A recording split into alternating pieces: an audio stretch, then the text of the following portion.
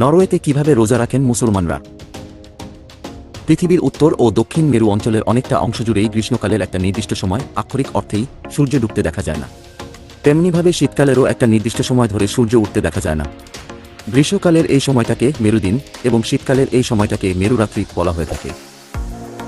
Scandinavian অঞ্চলের দেশ Norway নিশীথ সূর্যের দেশ বা মধ্যরাতের সূর্যের দেশ নামে পরিচিতি। ভিন্নতর ভূপ্রাকৃতিক অবস্থানের কারণে উত্তর গোলার্ধের এই দেশে গ্রীষ্মকালে রাতেও সূর্যের আলো দেখা যায়। নরওয়ের সবচেয়ে উত্তরের লঙ্গিয়ারবিয়েনে অঞ্চলে 20 এপ্রিল থেকে 2 আগস্ট পর্যন্ত সূর্য ডোবে না। সেখানে 20 ঘণ্টা সূর্যের আলো খুব বেশি থাকে, আর 4 ঘণ্টা সূর্যের আলোর প্রভাব কিছুটা কম থাকে।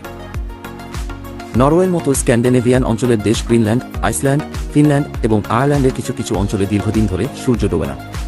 সেসব দেশের মুসলিমরাও যথারীতি পবিত্র রমজান মাসে রোজা পালন করে থাকেন, সাহরি ও ইফতার করেন। নরওয়েতে রোজা রাখেন কিভাবে?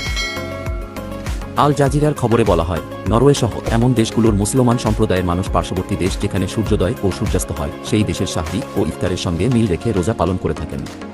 অনেকেই আবার সৌদি আরবের মক্কা নগরের সময়ের সঙ্গে মিল রেখে রোজা রাখেন। তারপরও এসব অঞ্চলের মুসলমানদের সাধারণত 7 ঘণ্টা রোজা করতে হয়। তবে উত্তর গোলার্ধে বসবাসরত মুসলমানদের দিনের রোজার সময় কিছুটা কম হবে।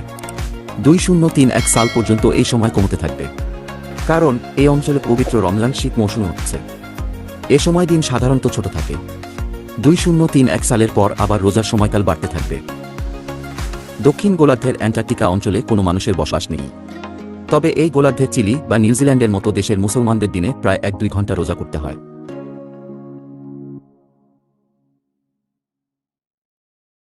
হ্যালো বন্ধুরা, এই পৃথিবীতে বিভিন্ন প্রজাতির প্রাণী রয়েছে। তাদের মধ্যে কিছু কিছু প্রাণী খুবই ভয়ঙ্কর এবং মারাত্মক প্রকৃতির হয়, এবং কিছু কিছু প্রাণী খুবই সুন্দর এবং সহজ সরল হয়।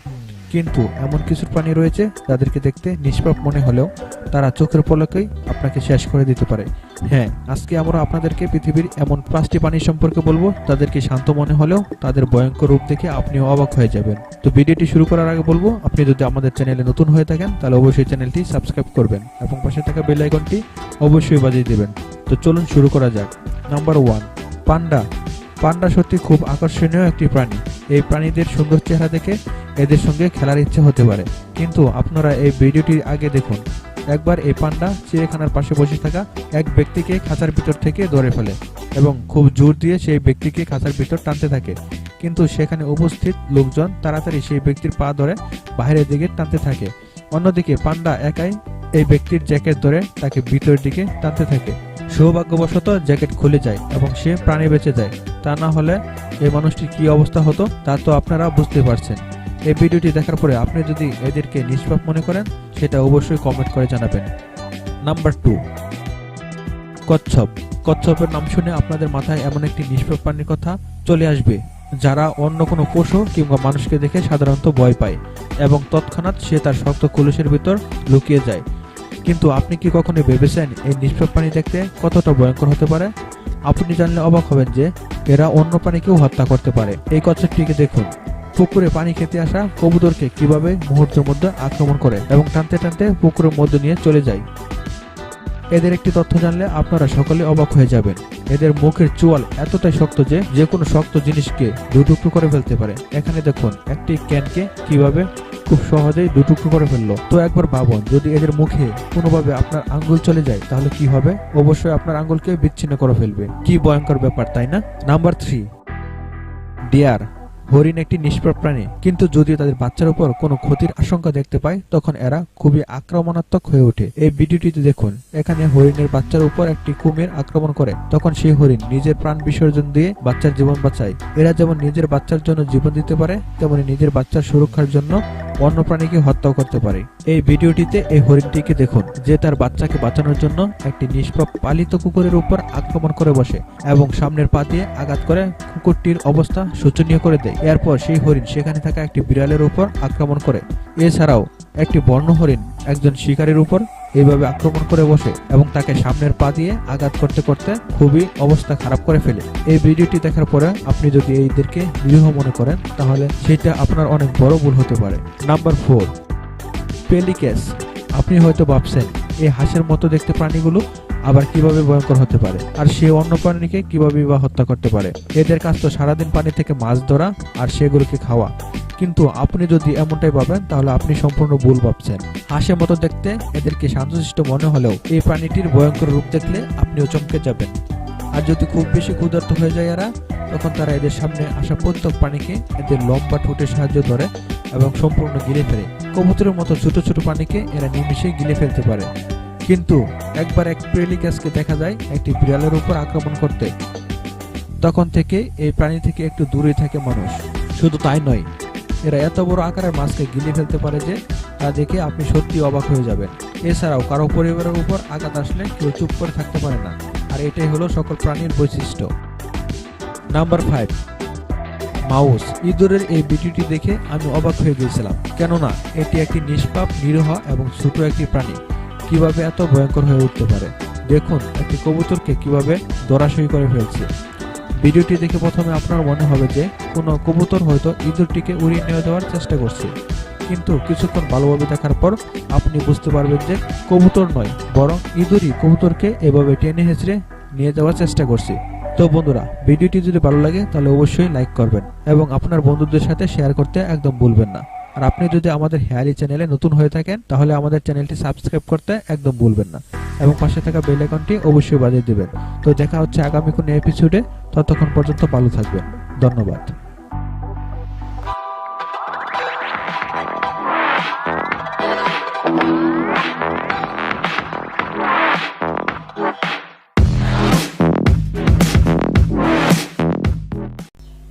হ্যালো বন্ধুরা, ফুটবল এক আবেগের নাম, এক অফুরন্ত ভালোবাসার নাম।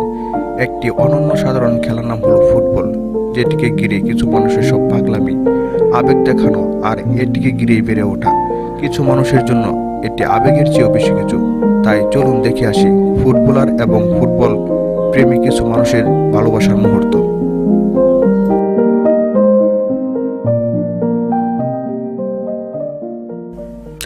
এমবাপের এক খুদে ভক্ত এইভাবেই সিকিউরিটিকে পাশ কাটিয়ে তার কাছে চলে যায় এবং এমবাপ্পো তাকে অবহেলা না করে তাকে বুকে জড়িয়ে ধরে। দেখুন সেই মুহূর্তটা কিরকম ছিল।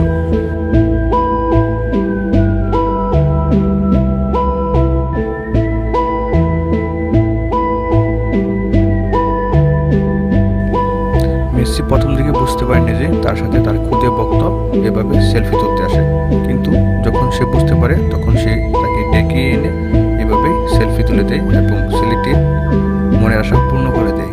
দেখুন।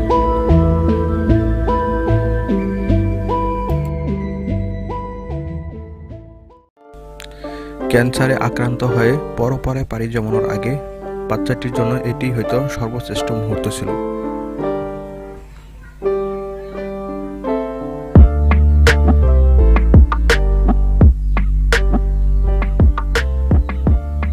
কি অসাধারণ দৃশ্য। রোনালদোর একটি শট এসে লাগে এই সিকিউরিটি মহিলাটির মাথায় এবং রোনালদো তা দেখতে পেয়ে দৌড়ে এসে তার কাছে ক্ষমা চায় এবং তাকে একটি তার সাইন করা টি শার্টও গিফট করে।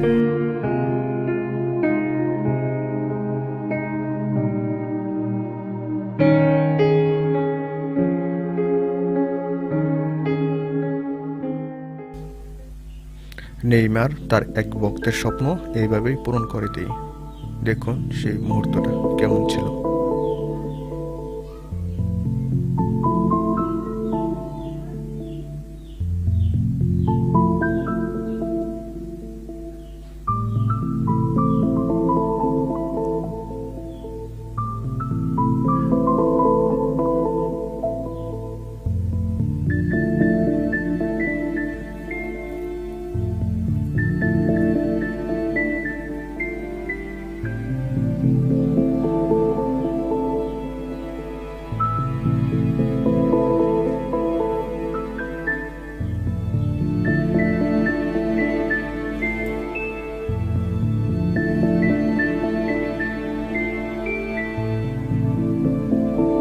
গোল করার পর এই প্লেয়ারটি টি শার্ট খুলে যার ছবিটি দেখাচ্ছিল এটি হচ্ছে তার মায়ের ছবি।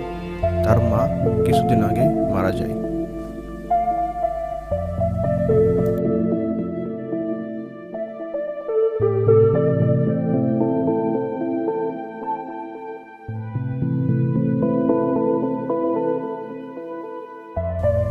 অটিজম এই বাচ্চাটি জ্যাক গ্রিলিশকে বলে সে গোল করার পর এইভাবে সেলিব্রেট করবে।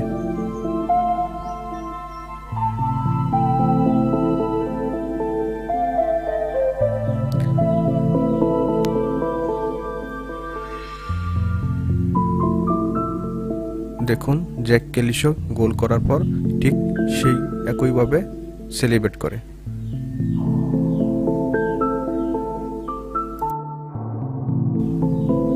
নেইমারের সাথে দেখা করার জন্য এই বাচ্চা ছেলেটি গ্যালারি থেকে মাঠের ভিতর ঢুকে পড়ে। নেইমার তা দেখে তার কাছে ছুটে আসে এবং দেখুন নেইমার তাকে কুলি নিয়ে তার আরো বন্ধু বান্ধবের সাথে নিয়ে তাকে নিয়ে কিভাবে মজা করছে। দেখুন সেই মুহূর্তটা কেমন ছিল।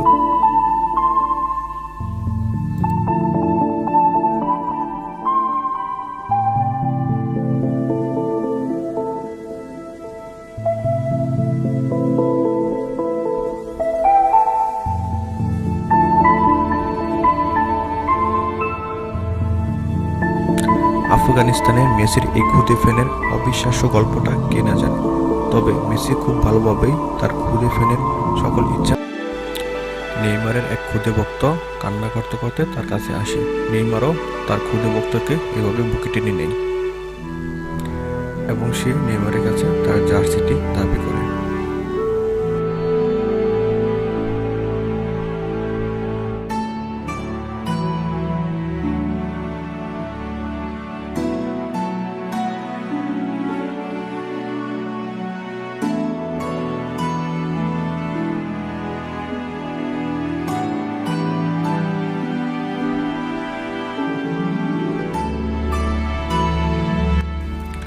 একবার এক মহিলা প্লে কার্ডে লিখে সার্জিও রামোসের কাছে একটি টি শার্ট চাই। সার্জিও রামোসও সেই প্লে কার্ড দেখতে পায় এবং তাকে তার টি শার্টটি এভাবে দিয়ে দেয় এবং টি শার্ট পেয়ে সেই মেয়েটি কান্নায় ভেঙে পড়ে। দেখুন সেই মুহূর্তটা কেমন ছিল।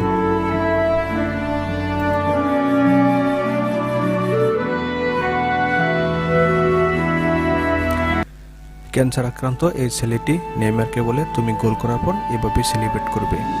নেইমার গোল করার পর যা করে।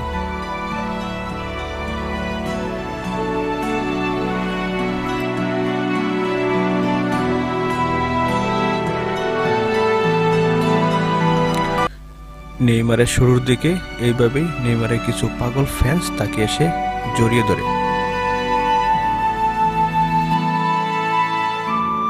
এই বাচ্চাটি একটি প্লে কার্ডে লিখে হ্যাজার্ডের কাছে একটি টি শার্ট চায় এবং হ্যাজার্ডও তার গায়ে থাকা টি শার্টটি খুলে সেই বাচ্চাটিকে দিয়ে দেয়।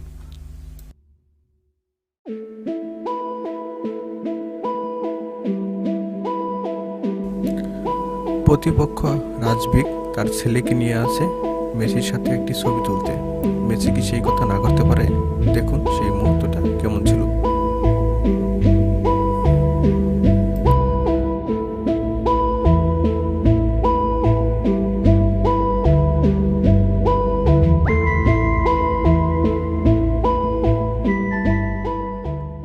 উজিল যখন নিজের জার্সি খুলে এই বাচ্চাটিকে দেয়, বাচ্চাটি যেন নিজেকেই বিশ্বাস করতে পারছিল না।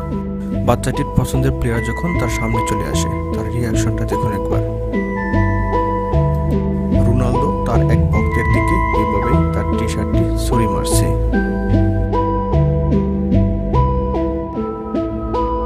মেয়েটি তার পছন্দের প্লেয়ারের কাছ থেকে টি শার্ট উপহার পেয়ে এভাবেই আবেগে কান্নায় ভেঙে পড়ে।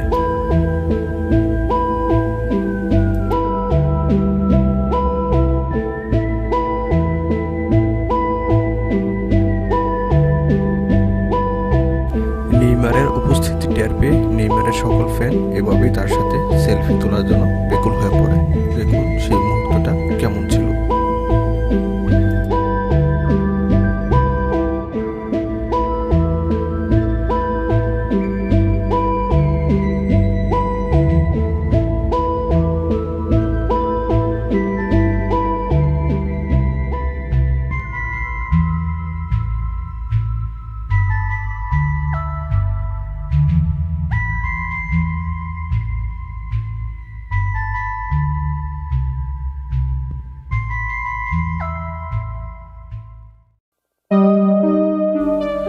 প্লেয়ারের একটি শট একজন মহিলার মাথায় গিয়ে লাগে, আর তারপর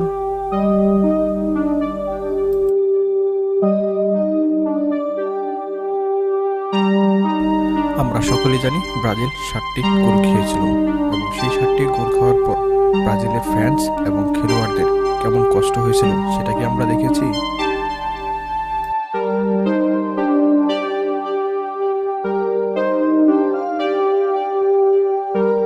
বন্ধুরা, এই ছিল আজকের ভিডিওটি। যদি ভিডিওটি ভালো লেগে থাকে তাহলে অবশ্যই একটি লাইক দিবেন, আর আপনি এই চ্যানেলে নতুন দর্শক হয়ে থাকলে অবশ্যই চ্যানেলটিকে সাবস্ক্রাইব করতে ভুলবেন না। ধন্যবাদ সবাইকে।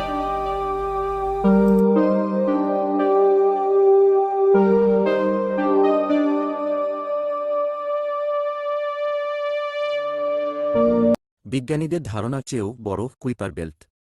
নিউ হরাইজন্স মহাকাশযানটির Venetia Burney Student Dust Counter SDC নামের যন্ত্র দিয়ে কুইপার বেল্টের ধুলোর মাত্রা পরিমাপ করেছেন গবেষকরা। কুইপার বেল্টের অবস্থান সৌরজগতের 8টি গ্রহের কক্ষপথের একেবারে শেষ প্রান্তে।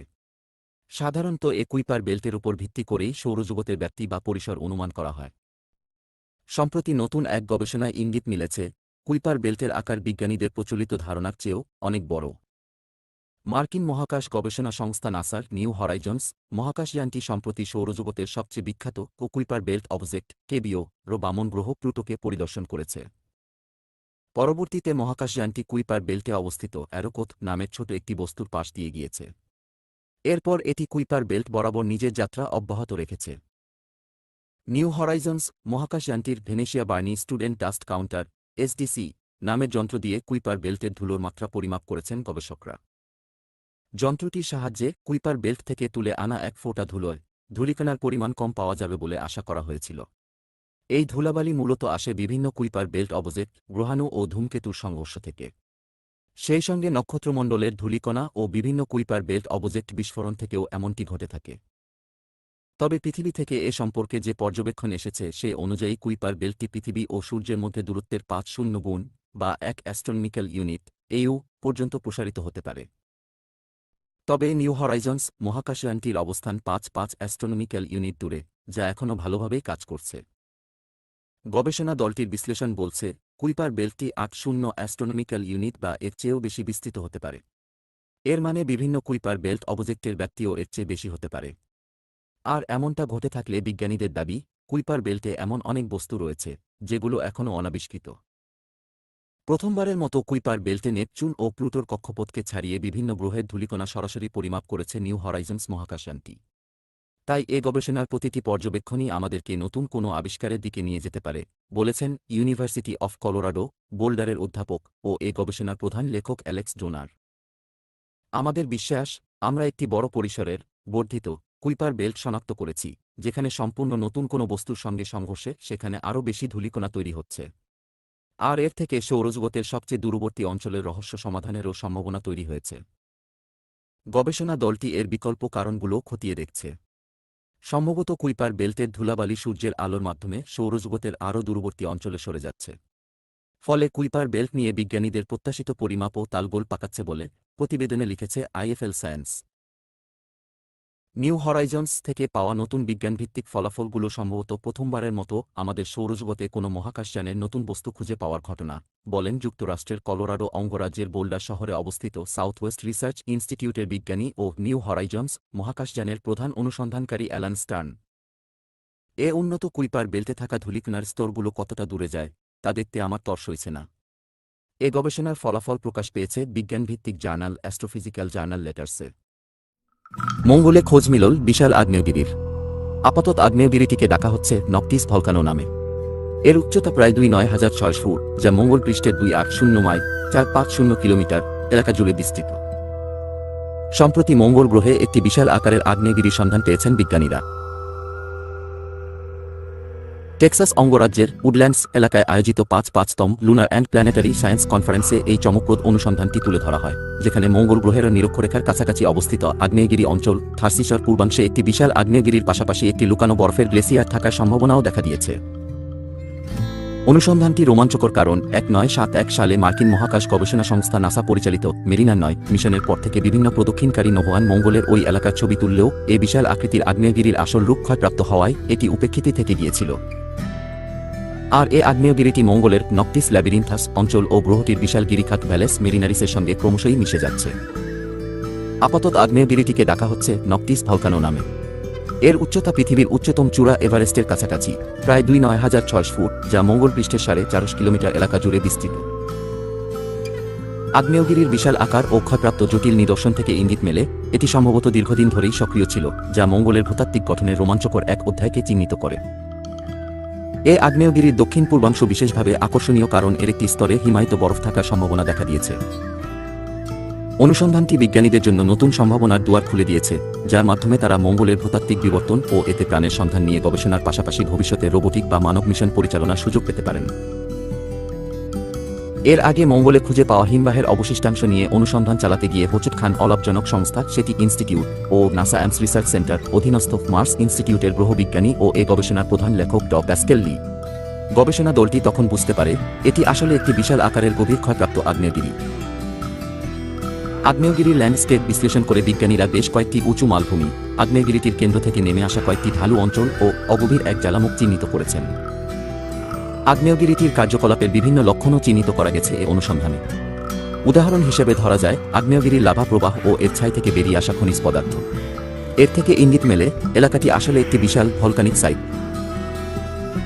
এছাড়া আগ্নেয়গিরির মধ্যে 1930 বর্গমাইল, প্রায় 5,000 বর্গ কিলোমিটার আয়তনের একটি এলাকার খোঁজ মিলেছে এ গবেষণায়। ধারণা করা হয় এগুলো এক একটি রুটলেস কোনক বা শেকরুবিহীন গম্বুজ, যেগুলো গঠিত হয়েছে এদের ভেতর লুকিয়ে থাকা পানি বা বরফের সঙ্গে বিস্ফোরণের মিথস্ক্রিয়ায়।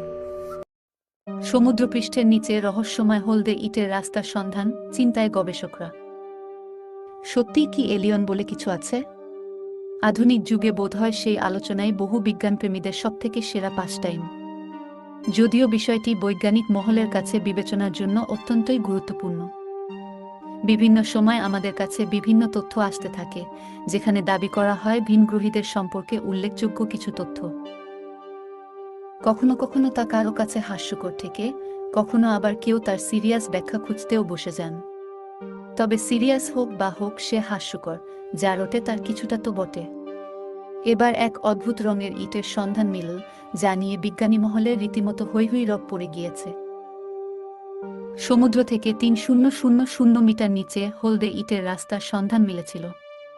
আটলান্টিসের কাছে এই রাস্তা খুঁজে পেয়েছিলেন ইউরাল ফেডারেল ইউনিভার্সিটি (URFU) এবং ইউনিভার্সিটি অফ টিউবিনজেন, জার্মানি এর গবেষকরা। সমুদ্র অনুসন্ধানকারী ভেসেল নটিলাস জলতলের এই অদ্ভুত হলদে রঙের রাস্তায় সর্বপ্রথম ধাক্কা খেয়েছিল। ওই জাহাজটি প্রশান্ত মহাসাগরের হাওয়াই দ্বীপপুঞ্জের ঠিক উত্তরে একটি গভীর সিরিজ অন্বেষণ করছিল। নটিলাস নামক ওই ভেসেলটি যখন পাপাহানামকুয়াকে মেরিন ন্যাশনাল মনুমেন্ট থমেনম এর মধ্যে লেলিওকালানি রিস সার্ভে করছিল, তখনই পরিলক্ষিত হয়েছিল ইটের রাস্তাটি। থমেনম হল একটি বিশাল সামুদ্রিক সংরক্ষণ এলাকা, বিশ্বের অন্যতম বৃহত্তম। থমেনম এতটাই বড় যে তার মোট আয়তন মার্কিন যুক্তরাষ্ট্রের সমস্ত জাতীয় উদ্যানের থেকেও বেশি। নটিলাস যখন ওই হলুদ রঙের এই রাস্তায় হোঁচট খেয়েছিল, তখন গবেষকদের মধ্যে এক প্রকার চেয়ার থেকে লাফিয়ে ওঠার উপক্রম হয়েছিল।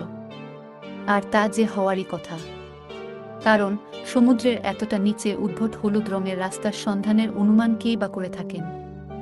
নতুন রাস্তা সন্ধান করার পর গবেষকদের অবস্থাটা কেমন হয়েছিল তার মালুম চলবে তাদের কথোপকথন শুনলেই। একজন গবেষক বললেন, আটলান্টিস যাওয়ার এটাই রাস্তা। আর একটা কণ্ঠে শোনা গেল, এটা হলুদ ইটের রাস্তা। অন্য একজন যোগ করলেন, সত্যিই কি অদ্ভুত। বিস্ময়মাখা গলায় তার আরও প্রশ্ন, তুমি কি আমার সঙ্গে মজা করছ? অবাক হয়ে যাচ্ছি আমি। তবে এই কথোপকথনের থেকেও মজাদার বিষয়টি হলো অদ্ভুত ওই হলুদ রাস্তা দেখার মুহূর্ত কেমন ছিল তা এখন ইউটিউবে সকলে দেখতে পাবেন। এলিয়েনদের যাতায়াতের পথ বা অন্য কিছু বিরাট অন্বেষণের কথা ভেবে যারা এখনও মাথা চুলকাচ্ছেন, তাদের এবার হয়তো একটু হতাশই হতে হবে। আসলে আগ্নেয়গিরির পাথরের ফাটলের ফলে এই ধরনের হলুদ ইটের রাস্তা তৈরি হয়। ইউটিউব ভিডিওটির ক্যাপশনে লেখা হয়েছে, এই 9 ডিগ্রি ফ্র্যাকচারগুলি সম্ভবত আগ্নেয়গিরির শিলায় উত্তাপ এবং শীতলতা থেকে সৃষ্ট চাপের কারণে তৈরি হয়েছে। দূর থেকে এই ফ্র্যাকচারগুলিকেই মনে হচ্ছে ইট, যা একদমই নয়। অর্থাৎ এমনটা ভাবার কোনো কারণ নেই যে হলদে ইটের রাস্তাটি এলিয়েনদের যাত্রাপথ। হ্যালো বন্ধুরা, সাধারণত গুপ্তধন শব্দটি শুনলে মানুষের মনে প্রবল অ্যাডভেঞ্চার, নেশা আর অজানাকে আবিষ্কার এর ইচ্ছে তৈরি হয়। প্রাচীনকাল থেকেই গুপ্তধনই ছিল ধনী হওয়ার একমাত্র সহজ উপায়। লুকিয়ে রাখা টাকা, সোনা, হিরে, দুর্লভ রত্নর খোঁজে যুগে যুগে কত রক্ত ঝরেছে, কত মানুষ প্রাণ বিসর্জন দিয়েছেন, তার হিসেব নেই। একজন দুজন নয়, বরং হাজার হাজার মানুষ এই গুপ্তধনের খোঁজে কোথায় যে হারিয়ে গেছে তার কোনো তথ্য আজও ইতিহাসের পাতায় উল্লেখ নেই। তবুও বিশ্বের অনেক জায়গায় আজও অনেক রহস্যময় গুপ্তধন লুকিয়ে আছে, যা আজও উদ্ধার করা সম্ভব হয়নি। আজকের এই হ্যালির এপিসোডে আমরা আপনাদেরকে এমনই অনাবিষ্কৃত কিছু গুপ্তধনের গল্প বলবো। চলুন শুরু করা যাক। Number 1, El Dorado. এল ডোরাডোকে দ্য থিফ অফ গোল্ড বলা হয়। এই গুপ্তধনকে অভিশপ্ত গুপ্তধন বলা হয়। একদিনে ধনী হওয়ার নেশায় এই বিপুল ঐশ্বর্য উদ্ধার করতে যারাই চেষ্টা চালিয়েছে, প্রকৃতি তাদের নির্মম মৃত্যুদণ্ড দিয়েছে। কথিত আছে দক্ষিণ আমেরিকায় কলম্বিয়ার গুয়াবিটা জিলে নিচে কয়েক মণ সোনা নিমজ্জিত আছে। বহু যুগ আগে সূর্য উপাসক চিব্বা আদিবাসীরা কলম্বিয়া এই জায়গায় বসবাস করত। সূর্যের আরাধনায় তারা তাদের পরিধানে সোনা অলংকার সূর্যদেবকে অর্পণ করত এই গুয়াটা বিটা জিলে। এইভাবে জিলের পাদদেশে কয়েকশো মণ সোনা সঞ্চিত আছে। এই গুপ্তধনের একক মালিকানা পেতে চেয়েছিল ফরাসি জলদস্যুরা, কিন্তু তারাও এই সোনার উদ্ধার করতে পারেনি। প্রথম বিশ্বযুদ্ধের সময় গোটা কলম্বিয়া এই গুপ্তধন উদ্ধারের প্রচেষ্টা হয়, কিন্তু আজ অবধি গুয়াটা বিটা জিল পর্যন্ত কেউ খুঁজে পায়নি। Number 2, চেউঙ্গা pass. 1864 সালে মেক্সিকো রাষ্ট্রপতি বেনিটো জুয়ারেস কোটি কোটি টাকার সম্পত্তি 4 সৈনিককে দিয়ে সান ফ্রান্সিসকো পাঠান, কিন্তু কিছু পথ যেতে দুর্ভাগ্যবশত এক সৈনিকের মৃত্যু হয়। বাকিরা ওই সম্পদ নিরাপদ রাখার জন্য সেই জায়গাতেই পুঁতে রেখে যান। দিয়াগো মারেন নামে এক ব্যক্তি তাদের এই কাজ দেখে নেয়। সৈনিকরা ওই জায়গা ছেড়ে যেতে দিয়াগো তা উদ্ধার করে পালায় এবং তা লস অ্যাঞ্জেলস এর কাছে পাহাড়ের মধ্যে চুয়াকা পাস নামে এক জায়গায় পুঁতে দেয়। কিন্তু সেই রাতেই দিয়াগোর মৃত্যু হয়। মৃত্যুর আগে সে তার এক বন্ধুকে এই ঘটনা বিস্তারিত জানায়। দিয়াগোর বন্ধু মার্টিনেস তার সৎ ছেলেকে নিয়ে এই গুপ্তধন খনন শুরু করেন, কিন্তু ভাগ্যবশত তারও সেই রাতে মৃত্যু হয়। আচমকা গুলিবিদ্ধ হয় তার ছেলেও মৃত্যুবরণ হয়। 1885 সালে বাস্কিউ শেফার্ড নামক এক ব্যক্তি এই সম্পদের কিছু অংশ পায়। সমুদ্রপথে স্পেন যাওয়ার সময় জাহাজ ডুবে তারও মৃত্যু হয়। আজও অবধি এই গুপ্তধন না কেউ খুঁজে পেয়েছে, না কেউ বুক করতে পেরেছে। কথায় আছে লোভে পাপ, পাপে মৃত্যু। তা বারবার মনে করিয়ে দেয় এই গুপ্তধনের ইতিহাস। নাম্বার 3, ইনকা সভ্যতার গুপ্তধন। কথিত আছে আমেরিকার ব্যাংকে যত টাকা আছে তার থেকে অনেক বেশি সোনা ইনকা সভ্যতার মানুষের কাছে ছিল।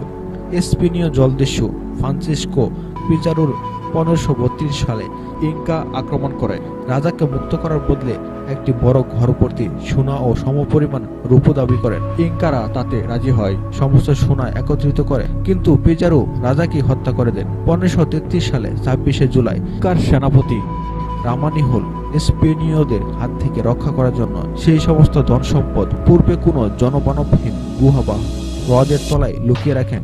আজও পর্যন্ত এই গুপ্তধনের হদিস কেউ পায়নি। নাম্বার 4, চেঙ্গিস খানের সমাধি। চেঙ্গিস খান প্রায় সারা পৃথিবী জয় করে প্রতিষ্ঠা করেছিলেন বিশাল মোগল সাম্রাজ্য। অপার ধন সম্পদ ও ক্ষমতার অধিকারী এই মোগল সংগ্রামের মৃত্যু হয় 1227 সালে। ইতিহাসে বলে চেঙ্গিস এর মৃত্যু ঘটে চীন দেশে। তার মৃতদেহ কবর দেওয়ার জন্য নিয়ে যাওয়া হয় মঙ্গোলিয়ার এক অজানা ও দুর্ভেদ্য স্থানে সমাধিস্থ করা হয় তাকে। তার সাথে সমাধিতে দেওয়া হয় অনেক অনেক ধন সম্পদ, কিন্তু কেউ আজও অবধি জানে না সেই সমাধির আসল অবস্থান কোথায়। বলা হয় যে কর্মীরা বা বাহিনী তাকে সমাধি দিতে যান তাদের সবাইকে সেখানে হত্যা করা হয়ে থাকে, যেন বাকি পৃথিবীর কেউ কোনো খোঁজ না পায়। অনেক ঐতিহাসিক এবং সন্ধানীরা আজও চেষ্টা করে চলেছেন এই সমাধি ক্ষেত্রে আবিষ্কার করার জন্য, কিন্তু এখনো অবধি কেউ কৃতকার্য হননি। নাম্বার 5, লি অন টিবুকুর গুপ্তধন। 1933 সালে আমেরিকায় তৎকালীন অর্থনৈতিক মন্দা, যা গ্রেট ডিসপারশন নামে খ্যাত, এই চলাকালীন কোটিপতি ব্যবসায়ী লি অন ট্রিবুকো নিউ মেক্সিকো মরুভূমিতে 16 টন সোনা লুকিয়ে রাখেন। তার বিমান চালক রেড ময়সার পরে জানান যে লি অন ট্রিবুকো তার 3 বন্ধু সাথে মিলে বারবার মরুভূমিতে গিয়েছিল এবং সেখানে তার সম্পদ প্রতি আসে। তাদের ধারণা ছিল আমেরিকান সরকার এর রাজকোষে রাখা সোনা কমে এলে সোনার দাম আকাশ ছোঁয়া হবে, কিন্তু যা মানুষ ভাবে তা কিন্তু হয় না। আমেরিকা সরকার একটি বিল পাশ করে জানায় যে সোনার উপর কারো নিজস্ব কোনো মালিকানা থাকবে না এবং সমস্ত সোনা রাষ্ট্রীয় সম্পত্তি হিসেবে ঘোষণা করা হয়। এই বিল লি অন ত্রিভুজকে দেউলিয়া করে দেয়। লোকসান এর জেরে একে একে সব অংশীদার তার সাথে তার বিরোধ হয়। শেষ পর্যন্ত লি অন ত্রিভুজেরও মৃত্যু ঘটে। চিরদিনের মতো মরুভূমির গভীরে তলিয়ে যায় 16 টন সোনা। নাম্বার 6, ওক আইল্যান্ডের সুড়ঙ্গ। ওক আইল্যান্ড 1795 সালে কিছু কিশোর স্থানীয় নোভা স্কটিয়া বদ্বীপের কাছে এক জায়গায় গর্ত খোঁড়ার দাগ দেখতে পায়। তারা সবাই মিলে ওই গর্ত খুঁড়তে শুরু করে। প্রতি 10 ফুট নিচে তারা ওক কাঠের একটি করে ডাল পেতে থাকে, যাতে নানা চিহ্ন আঁকা ছিল, যাতে সাংকেতিক নানা চিহ্ন আঁকা থাকে। আরো গভীরে তারা একটি পাথরের খণ্ড খুঁজে পান, যাতে লেখা ছিল 40 ফিট নিচে 2 মিলিয়ন পাউন্ড রাখা আছে। পরবর্তীকালে সরকারি সাহায্য নিয়েও এই সুড়ঙ্গের তলায় গিয়ে পৌঁছানো সম্ভব হয়নি। এখনো মাটির গভীরে রয়েছে সেই গুপ্তধন। নাম্বার 7, অ্যাপাচে ডাকাতদের গুপ্তধন। এক সময় অ্যারিজোনায় সোনা ও রূপায় ভর্তি একটি ট্রেনের কামরা লুট হয়। সমস্ত ধন সম্পদ লুট করে স্থানীয় অ্যাপাচে লুটেরাই। এই সময় অনেক পত্রপত্রিকায় এই নিয়ে লেখা হয়, যদিও আজ অবধি ওই এক কামরা ভর্তি বিলপুল ধন সম্পদ পিছনে আজও পুঁথে রাখা আছে সেই গুপ্তধন। নাম্বার 8, নাম্বার 9, চার্লস আইল্যান্ড গুপ্তধন। আমেরিকায় মিলফোর্ড সিটির কাছে 14 একর এক বদ্বীপ, যার নাম চার্লস আইল্যান্ড। এই দ্বীপকে অভিশপ্ত দ্বীপও বলা হয়। 1721 সালে মেক্সিকোর সম্রাট গুয়াতমোসিন এর সম্পদ চুরি যায়। কিছু স্থানীয় নাবিক চুরি করা ধন সম্পদ এই দ্বীপে লুকিয়ে রাখে। এই গুপ্তধনের খোঁজে 1850 সালে কয়েকজন লোক ওই জায়গায় যায়, কিন্তু সেখানে পৌঁছাতে অশরীর আত্মার শক্তিতে তাদের মৃত্যু ঘটে। উদ্ধার করা সম্ভব হয়নি। নাম্বার 10, পদ্মনাভ স্বামীর মন্দির। এই মন্দিরে 1,32,000 কোটি টাকার সম্পত্তি আছে, যার তুলনায় সুইজারল্যান্ডের সম্পত্তির সাথে করা হয়। এই মন্দিরের সম্পত্তি নিয়ে অনেক রহস্যময় কাহিনী আছে। 18 শতকে তিপাস্কুরের রাজারা এই মন্দির নির্মাণ করেন। 1750 সালে মহারাজা মার্তণ্ড নিজেকেই পদ্মনাভ দাস বলে ঘোষণা করেন। তিপাস্কুর রাজারা নিজের ধন সম্পদ পদ্মনাভ মন্দিরে দান করেন। স্বাধীনতার পর সরকার এই মন্দিরের দায়িত্ব নিজে না নিয়ে রাজ পরিবারকে দিয়ে দেয়।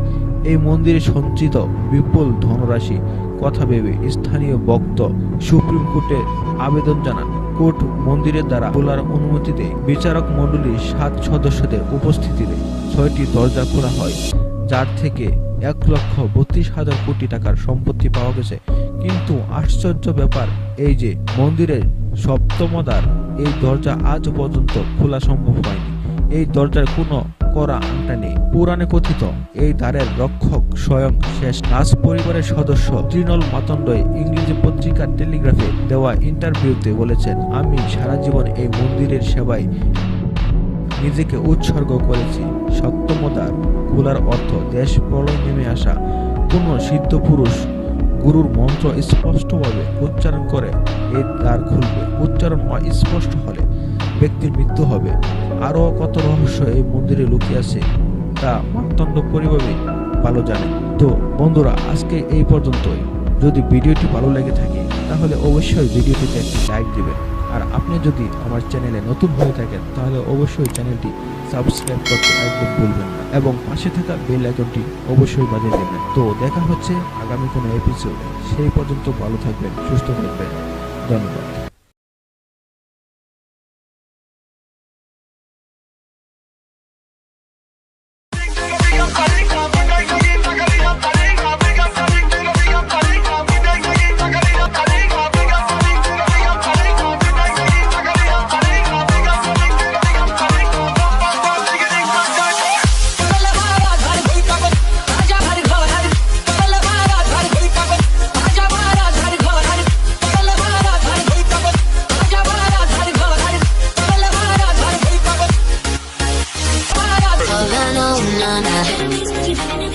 Don't catch you slipping up. Kiki, do you love me? Love me, love me, love me. Kiki, do you love me? I wanna feel way like we and get all up on her. She burn it up like the summer, she turn me on with her. You got me like crazy, what you calling? With her bum diggy diggy bum bum. You got me like crazy, what you calling?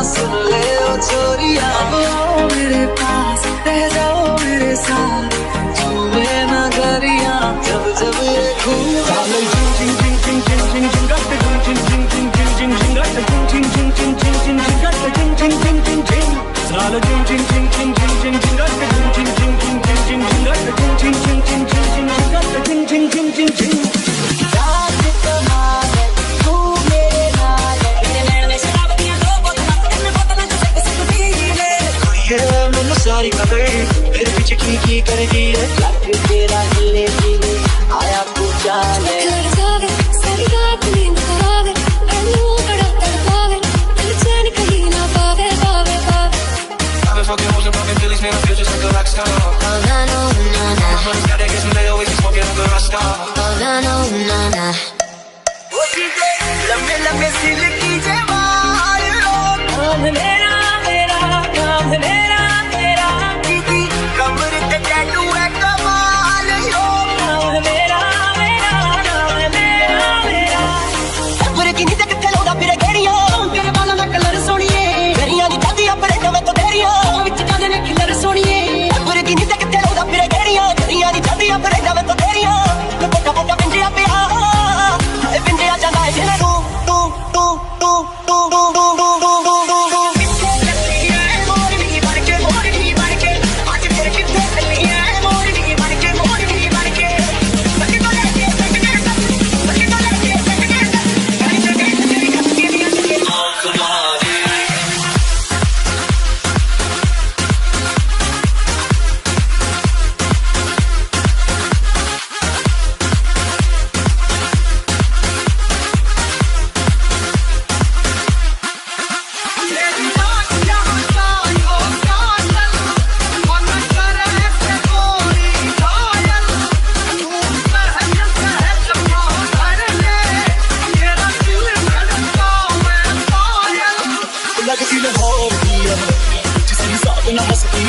लगती पंजाब दी है जिस हिसाब ना कटदी है कतला दिया कभी कौन सी यारा मन का और नीचे कर मुंडे आ नो बोझ को आवे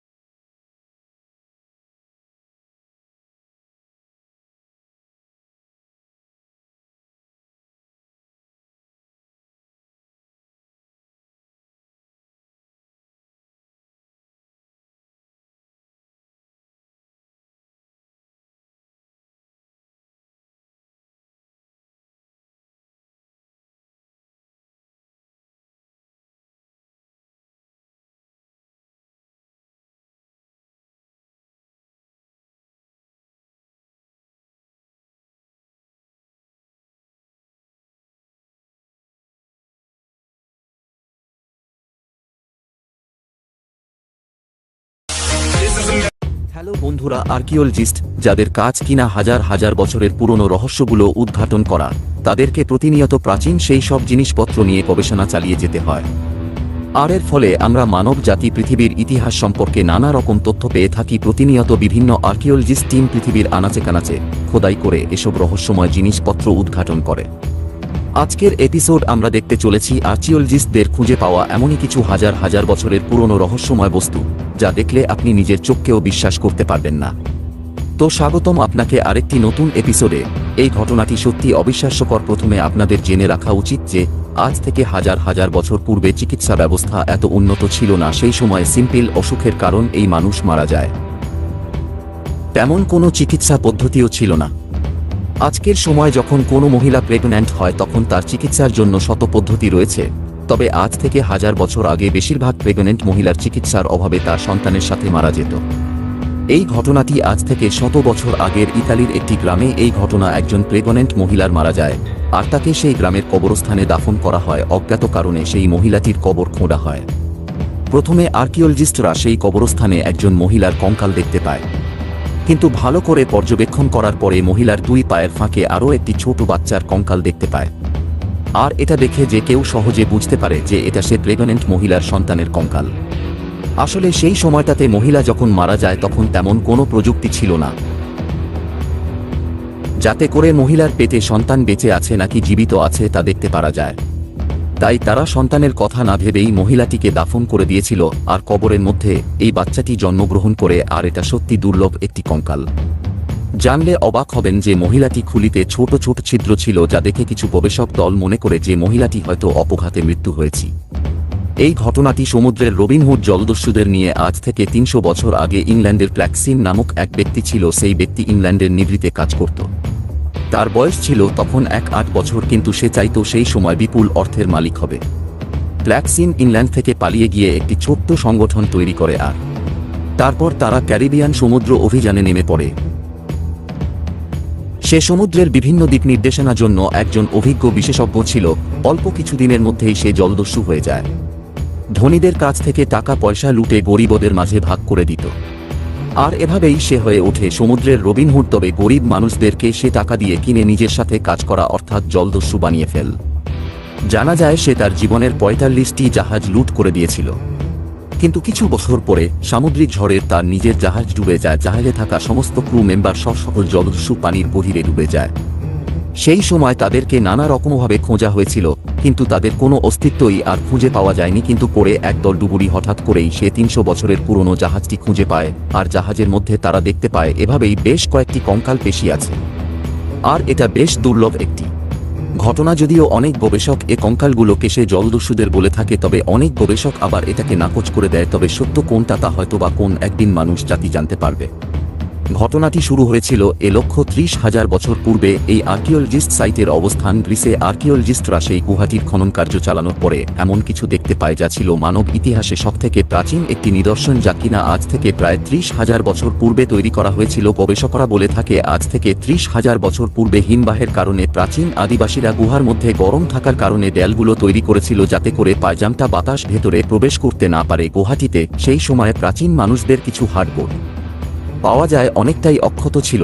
কিন্তু সবথেকে অদ্ভুত বিষয় হলো পাথরের তৈরি এসব মূর্তি, যা কিনা ৩০,০০০ বছর পূর্বে তৈরি করা হয়েছিল। সেই সময়টাতে পৃথিবীর প্রায় সবকিছুতেই জমে যেত। পৃথিবীতে সূর্যের আলো পৌঁছাতে না পেরে পৃথিবীর তাপমাত্রা এতটাই কমে গিয়েছিল যে সমুদ্রের বেশিরভাগ পানি জমে গিয়েছিল। কিছু গবেষক মনে করে বর্তমান সময়ে যেসব বানরের অস্তিত্ব রয়েছে এগুলোর মাথার খুলি তথাকথিত আদিম মানুষের মাথার খুলির সাথে 100% মিলে যায়। কিছু গবেষক মনে করে আদিম মানুষের মাথার খুলির সাথে বর্তমান সময়ের এর মাথার খুলি এক নয়। আর এমন আদিম মানুষের মাথার খুলি ৪০টির মতো পাওয়া গিয়েছে। যদিও অনেক গবেষক এগুলো বিশ্বাস করে না, আবার অনেক গবেষক এগুলোকে মনে প্রাণে বিশ্বাস করে। হ্যাঁ, এভাবেই আমাদের পৃথিবী জুড়ে প্রতিনিয়ত নানা রকম রহস্যময় বস্তু আবিষ্কৃত হয়েছে। ঘটনাটি ২০১৯ সালের বস্টন মিউজিয়ামে ফাইন আর্ট গ্যালারিতে। হাজার হাজার বছরের পুরনো জিনিসপত্র রাখা আছে আর এগুলোর সবকিছু রাখা ছিল দর্শকদের দৃষ্টি আকর্ষণ করার জন্য। কিন্তু হঠাৎ করে আর্কিওলজিস্ট টিম খবর পায় যে মিউজিয়ামে হাজার হাজার বছরের পুরনো একটি মমির খনি রয়েছে। এরপরে সেই আর্কিওলজিস্টরা খুবই দ্রুত সেখানে চলে আসে আর তারপর মোবিলিটি নিয়ে তারা চলে যায় লম্বা রিসার্চ করার। পরে জানা যায় যে এখন থেকে প্রায় 4000 বছর পূর্বে প্রাচীন মিশরে একজন গভর্নরের খুলেছিল যাকে কিনা তার স্ত্রীর সাথে দাফন করা হয়েছিল। আর এটি তারই মাথার খুলি, কিন্তু আর্কিওলজিস্টরা বুঝতে পারছিল না যে এই মাথা ঠেসে গভর্নরের নাকি সেই গভর্নরের স্ত্রী। আর এরপর আর্কিওলজিস্ট টিম সেই কেস এফবিআই এর কাছে হস্তান্তর করে। আসলে তারা এফবিআই এর কাছে হস্তান্তর করেছিল যে এই মেয়েটির মৃত্যু কিভাবে হয়েছিল সেটা জানার জন্য। এরপর কাহিনী ভিন্ন রকম একটি মোড় নেয়। এফবিআই পুনরায় মাথাটি ডিএনএ বিশেষজ্ঞদের কাছে হস্তান্তর করে এরপর ডিএনএ বিশেষজ্ঞরা সেই মাথার খুলি থেকে ডিএনএর স্যাম্পল রিচার্জ করে জানতে পারে যে এটা ছিল সেই গভর্নরের মাথার খুলি। কিন্তু কিছুদিন পর তারা আরও কিছু তথ্য জানতে পারে, আর তা হলো সেই সময়ে প্রাচীন মিশরে একই নামে দুজন গভর্নর ছিল। এরপর থেকে আবার উল্টে যায়। তারা আবার রিচার্জ করতে থাকে যে দুইজন গভর্নর এর মধ্যে কাকে তার স্ত্রীর সাথে দাফন করা হয়েছিল। যদিও তারা এখন পর্যন্ত এর উত্তর খুঁজে পায়নি, তবে গবেষকেরা বিশ্বাস করে যে আরও অ্যাডভান্স টেকনোলজির মাধ্যমে মানুষ এগুলো অবশ্যই জানতে পারবে। ভিডিওটি ভালো লাগলে শেয়ার করতে পারেন, এবং আপনি যদি এমনই রহস্য, রোমাঞ্চ, আনকমন আরও ইন্টারেস্টিং ভিডিও দেখতে পছন্দ করে থাকেন তবে চ্যানেলটিকে এখনই সাবস্ক্রাইব করুন এবং পাশে থাকা বেল আইকনটি প্রেস করুন। তো দেখা হচ্ছে আগামীতেও, ততক্ষণ পর্যন্ত ভালো থাকবেন, ধন্যবাদ। খতোয়ালা এই তারাটি গ্রহ ধ্বংস করে। WD-0816-310 নামে পরিচিত এ তারায় ধাতুর ঘনত্ব অনেক বেশি, যা এর পৃষ্ঠে লেগে আছে। একসময় সূর্যের মতোই বড় ছিল এটি। সম্প্রতি বিজ্ঞানীরা এমন এক ক্ষতচিহ্নওয়ালা তারা খুঁজে পেয়েছেন যা এর আশেপাশের গ্রহগুলোকে ধ্বংস করে ফেলতে পারে। কোনো তারার আয়ু শেষ হয়ে গেলে সেটি এর আশেপাশের গ্রহ ও গ্রহাণুগুলোকে গিলে খেয়ে একটি সাদা বামনে পরিণত হতে পারে। এ নিয়ে প্রথমবারের মতো অনুসন্ধান চালিয়ে বিজ্ঞানীরা খুঁজে পেয়েছেন এমন প্রক্রিয়ায় তারার উপর এক বিশেষ ধরনের স্থায়ী ক্ষতচিহ্ন তৈরি হতে পারে।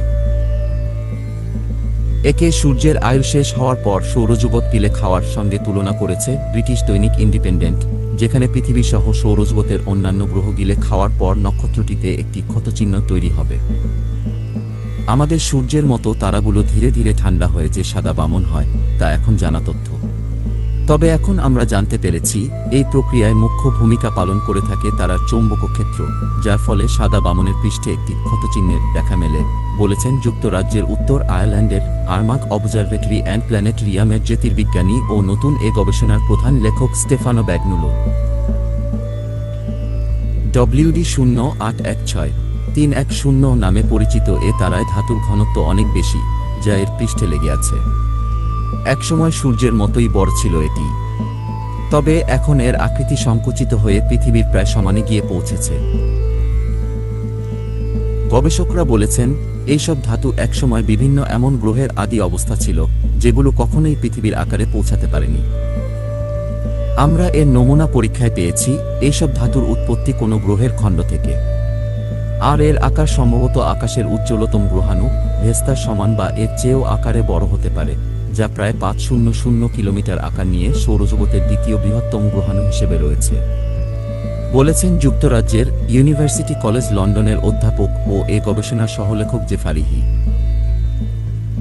ধারণা করা হচ্ছে ধাতুগুলো তারার পৃষ্ঠ জুড়ে ছড়িয়ে পড়ার পরিবর্তে একটি নির্দিষ্ট অংশে অবস্থান করছে, আর এই অংশটি গ্রহের চৌম্বকীয় মেরুগুলোর যে কোনো একদিকে আছে বলে ধারণা প্রকাশ করেছেন গবেষকরা।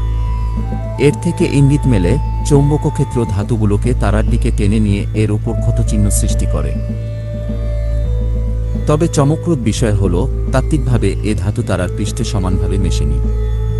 এর বদলে ক্ষতচিহ্নটি গ্রহের ঘনীভূত অংশের ধাতু ছিল, আর একে ধারণ করেছে ওই একই চৌম্বক ক্ষেত্র যেটি আঘাত সৃষ্টকারী টুকরোগুলোকে নির্দেশনা দিয়েছে, বলেছেন কানাডার ওয়েস্টার্ন ইউনিভার্সিটির অধ্যাপক ও এ গবেষণার সহলেখক জন ল্যান্ডস্ট্রিপ, যিনি আরমাগ অবজারভেটরি অ্যান্ড প্ল্যানেটেরিয়ামের একজন জ্যোতির্বিজ্ঞানী হিসেবেও কাজ। এর আগে কখনোই এমন কিছু দেখা যায়নি। এ গবেষণার বিস্তারিত উল্লেখ রয়েছে discovery of magnetically guided metal accretion onto a polluted white dwarf শীর্ষক গবেষণাপত্রে, যা প্রকাশ পেয়েছে বিজ্ঞানভিত্তিক জার্নাল অ্যাস্ট্রোফিজিক্যাল জার্নাল লেটার্সে।